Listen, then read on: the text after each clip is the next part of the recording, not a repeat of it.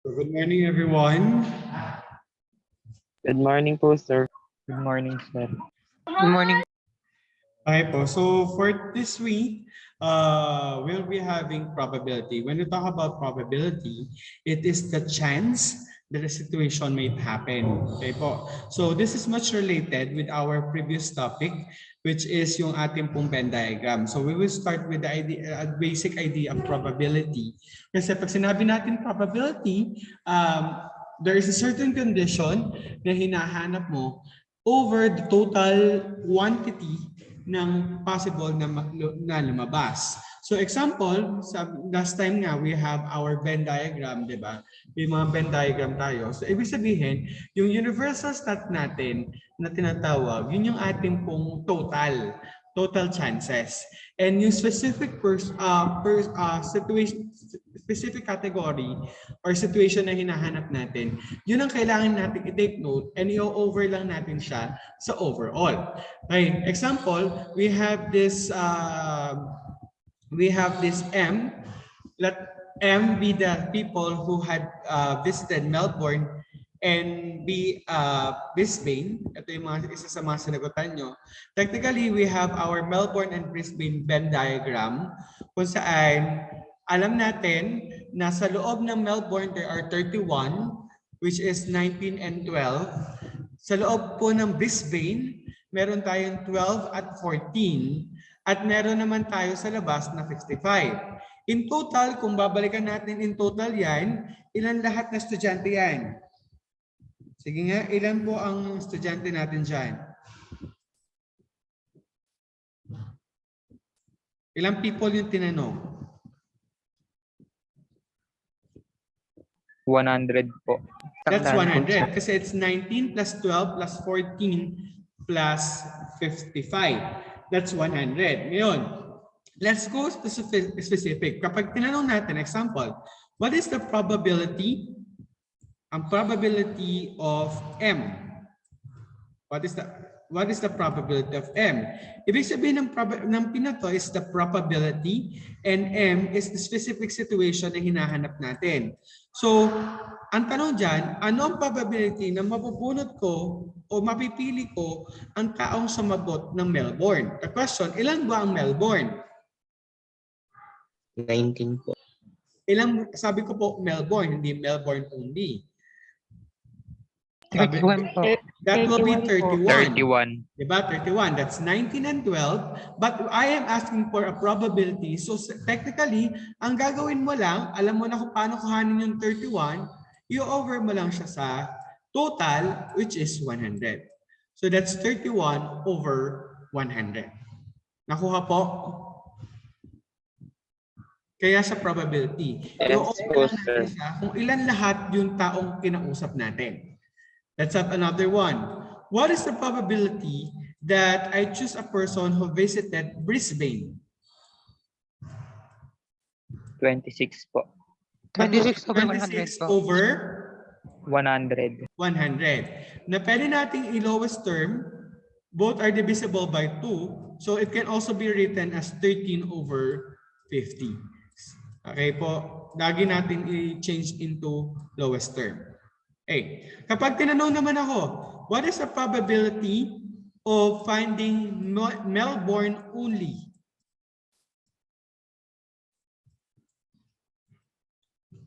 Yes, Sagulo. 14 over 100 po. Melbourne only. Melbourne, not Brisbane. 19 That's over 19 100 po. over 100. 100, that's correct. How about Brisbane only? Probability 14 of over Brisbane 14 over only. 100 po. Yes po, ilan po? 14 14 over. over 14 100. over 100 or 7 ano Seven yung lowest over term to? 7 over 50. 7 over 50. 50, that's correct. Ngayon, pasok naman tayo doon sa pinag-aralan natin last time ulit, which is the union, intersection, and complement. Tinatawag natin. Minsan hindi siya sinusulat as word, but it is also written in symbols. Example, what is the probability? What is the probability of having a person who visited Melbourne, or pag or po or union, ang kanya pong symbol ay parang U. Brisbane. MUB. Okay? So, ano po ang probability of Melbourne or Brisbane? 12 over 100 po, sir. 12 over Or. 100 po. Or. Sabi natin, Sir. or means union. 45 over 100 po. That will be 45 over 100. Balikan lang natin, pag sinabi natin or, it's union, lahat na nasa loob ng Melbourne at sa hapon ng Brisbane, which is yung 19, 12, at 14. 19 plus 12 is 31, plus 14, 45. Or it can also be written as 9 over 50 po. 9 over 50. That's correct. 9 over 50. Let's go with another one. What is the probability of having Melbourne and, pag sinabi naman natin and or intersect, nakabaliktad naman na yun. Nakabaliktad na yun.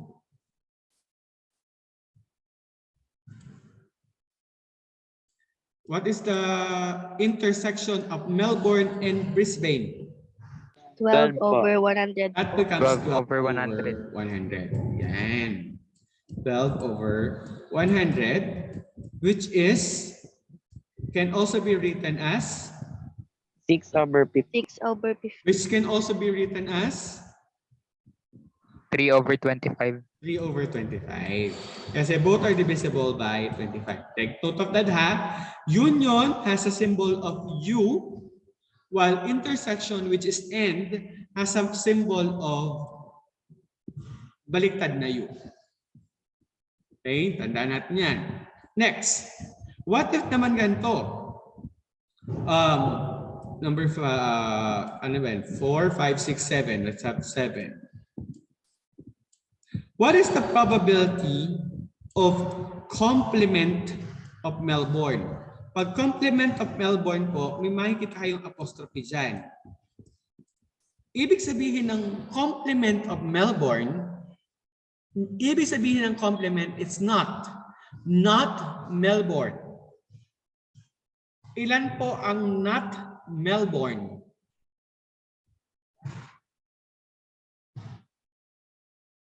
Hindi raw nakapunta sa Melbourne. 69 po. 69 over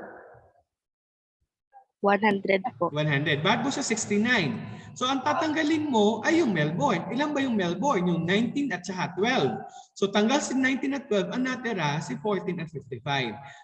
Kaya po siya complement. Yung ibig sabihin, yung hindi mo na isasama, yung Melbourne mismo. Paano pag complement of Brisbane? May apostrophe dyan. Complement of Brisbane. 74 74 over 100 100 po. That will be 74. That will be 19 and 55. Okay? 19 and 55, that will be 74 over 100, which can also be written as 37 or 37 over 50. Okay? 37 over 50. Okay? Clear po tayo doon? Maliwanag po? Yes po, sir. Okay. Last na lang to. May mga situation naman na nauuna yung operation bago ang nauuna yung situation bago yung ating pong complement. Example, may nakita kayo na P, M, intersection with B, complement. Naku, may complement. Nasa labas yung complement. Ibig sabihin yan, uunahin mo munang hanapin yung intersection ng M at B. Ilan po yung intersection ng M at B? 12 po. That will be 12. 12. Pero may complement tayo, ibig sabihin yung 12 mismo, yung tatanggalin mo. So ilan yun?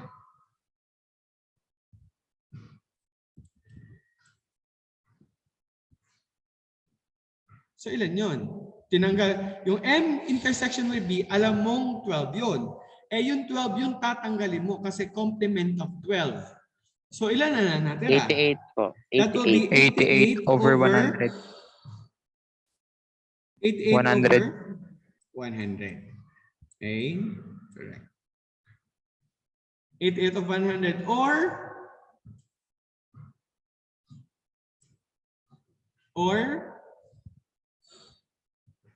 ano pwede mag-divide? Pwede natin divide ng 4. 22 over 25.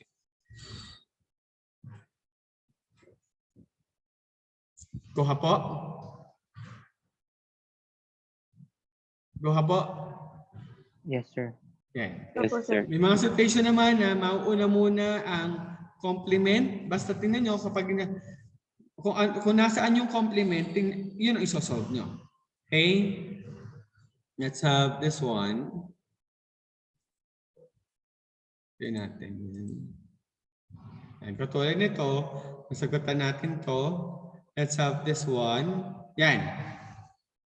What is the probability to pick a person who ride a car? Who ride a car? Yung 15 natin, ilagay natin sa gitna, ha? Sorry. Example natin.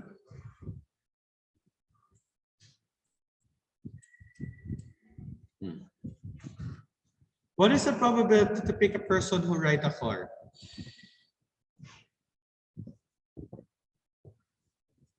Anyone would like to answer?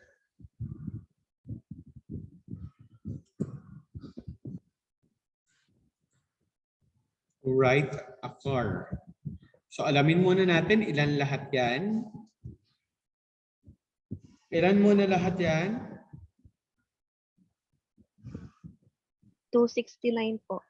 That's 269. Check nga natin. 100 plus 76 plus 19 plus 55 plus 20 plus 15 plus 369 po. 17 plus 67.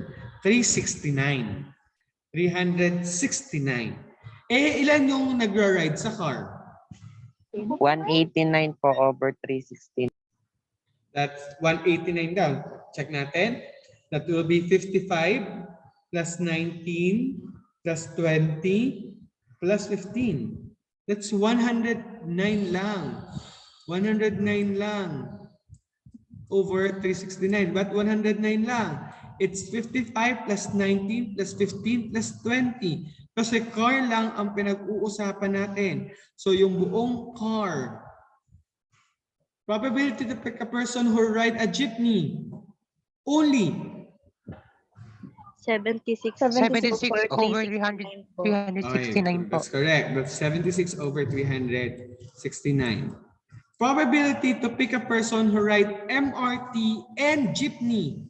MRT and jeepney.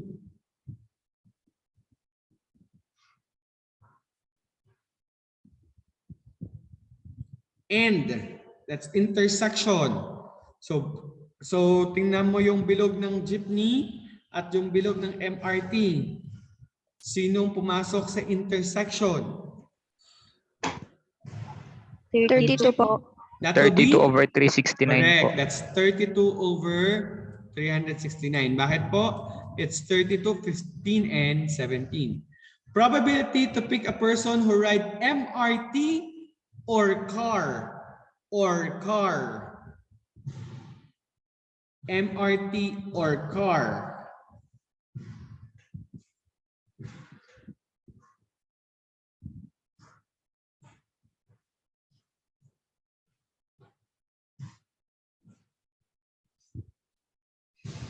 $193 over 369 po.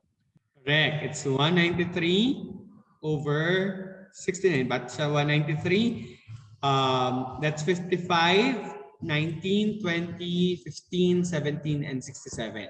Last one, probability to pick a person who walks. 100 over 100 over 100 369. 369. Very good. It's 100 over 369. Lagi naman pare-pareho ang ilalim niyan. Okay? Clear po tayo dyan? Yes po, sir. Okay. There are situation lang.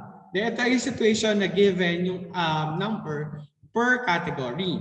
Pero minsan, sa probability, hindi ibinibigay ang number of persons, but ibinibigay na mismo biglaan yung probability niya.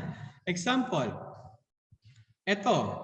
We have circle A, circle B, and the total. So, ibig sabihin, kung mapapansin nyo, 0.3 plus 0.1 plus 0.4 plus 0.2 equals 1. Ibig sabihin yan, kung i-convert natin yung 0.3, that's 30%, yung 0.4 is 40%, yung 0.1 is 100%, at 0.2 is 20%. That's still, kapag in-add natin, that's 100%.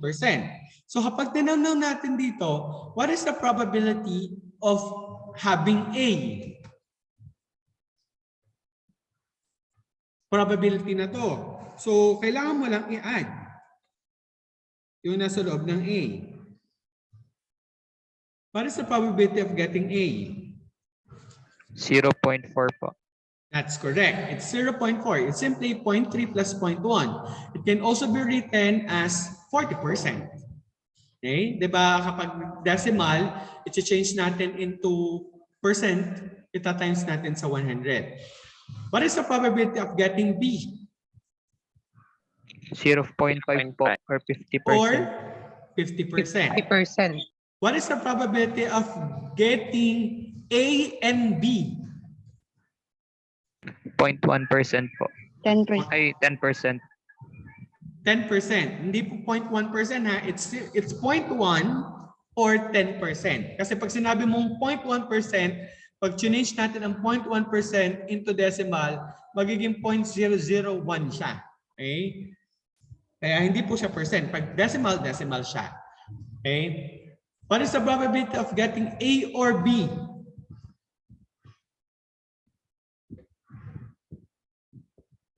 .8 po. 0.8 or 0.8 or 80% po. 80%. Okay, so clear naman po yun. May mga situation din na ganitong itsura naman yan. Yan, naka-percent naman. So alam natin na nasa labas ay 25%, 15%, 40%, and 20%. So what is the probability of getting male?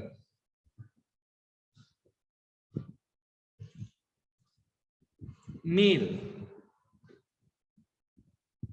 55% po. That's 55%. Stripe. 60% po. 60%.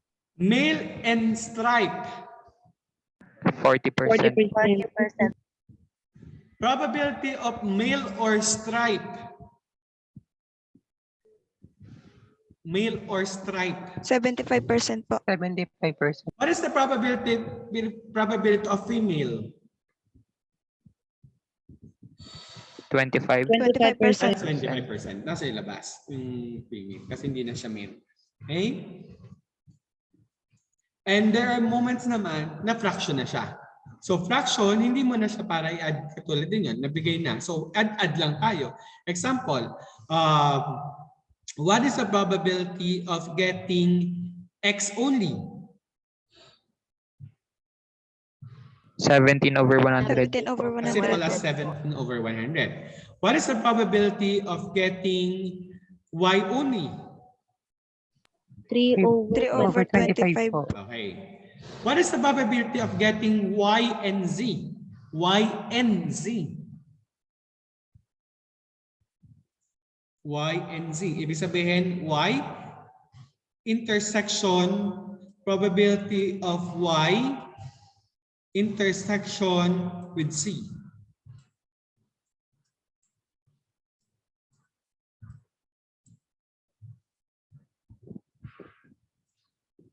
Sige nga. Last one na yun. Last question na yun. What is the probability of Y intersection with Z? 4/75 po. 4/75. Ganun bang anong ginawa? Ba't mo naging 4/75? 11/75 po. Yung 4/75, paano nakuha yung 4/75? Anong pinag-add mo doon? Yung numerator at yung denominator po. Ano po? Anong mga fraction? Yung numerator at denominator po ng 1/25 plus 3/50. 1/25 plus 3/50. Numerator. Ganun ba tayo mag-add ng fraction? I-add ang numerator, i-add ang denominator? Parang hindi yata. Anong gagawin muna natin? We have to change that into similar fraction. Anong LCD natin? We have 25 and 50. What is the LCD? 5 po. 5 po. LCD, least common denominator. This common denominator is also called as 25. least common multiple of the denominator. Hindi po greatest factor. Multiple. Anong number ang pwedeng i-divide ng 25 at 50? Pinakamababa na pwedeng Ito po, i-divide sir. ng 25 at 50. Pwedeng i-divide ha, hindi pwedeng pang-divide. Magkaiba yun. Number that 25 and 50 can divide. Kaya i-divide ng 25 at 50. Ano po yun?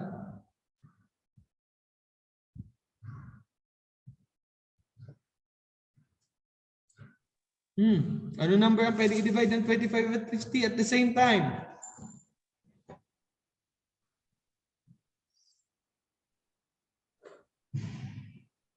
People. Least common multiple or least common denominator.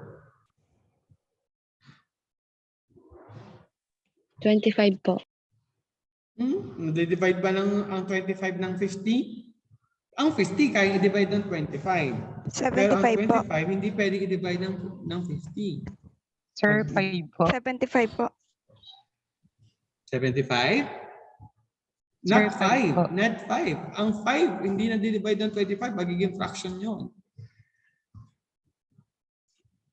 Ala, 25 at 50 lang yan. Hello, 50. Ang least common denominator ng or multiple ng 25 at 50 ay 50. 50 divided by 25. Po. 2. 2. 2 times 1, 2 po. 2. 50 divided by 50 1 po. times 3. 3 po. Di yan, magiging 2/50 at saka po 3/50. So that will be 2 plus 250 plus 350. 5/50 po. 5/50 or 1/10. 1/10. Nako, mukhang nakakalimutan ng pag-a-add ng fraction. Alalahanin yung pag-a-add ng fraction, ha? Okay, so yun po. So that is what we call probability, the basic probability. So you just have to know kung ilan yung total population over yung sample na gusto mong makuha. Okay? Then pagsamahin mo lang yon. Then that's probability. Clear po? Maliwanag po? Yes, sir. Question? May question pa po? O maliwanag po tayo. Clear na po? Yes po. Apo. So ano pong gagawin natin? So on your module na pinadala ko po sa inyo last week, ano po? Ito po, padadala ko rin ngayon. Ito po ang gagawin natin. So we'll be answering this learning task 1, page 27. So sasagutin niyo lang po ito. Pag how many students are in junior class, hindi pa probability ang tinatanong yan. Pero may ibig sabihin yung katulad last week. Pero pag may probability na ang tanong, kailangan na natin i-over. Okay? So ito yung given, ito yung sasagutan. Okay? It goes the same way with our number 10, learning test 2. Ito po ang ating given. Kung mapapansin nyo, naka-probability na yan. So, sasagutin nyo na lang po yung question na 1 to 5. Okay? And last one, may padadala lang po akong isa pang given na 1 to 10 para pasagutin nyo. Na wala sa module. Basta isa-send ko po ito. Ano po? Clear na po tayo?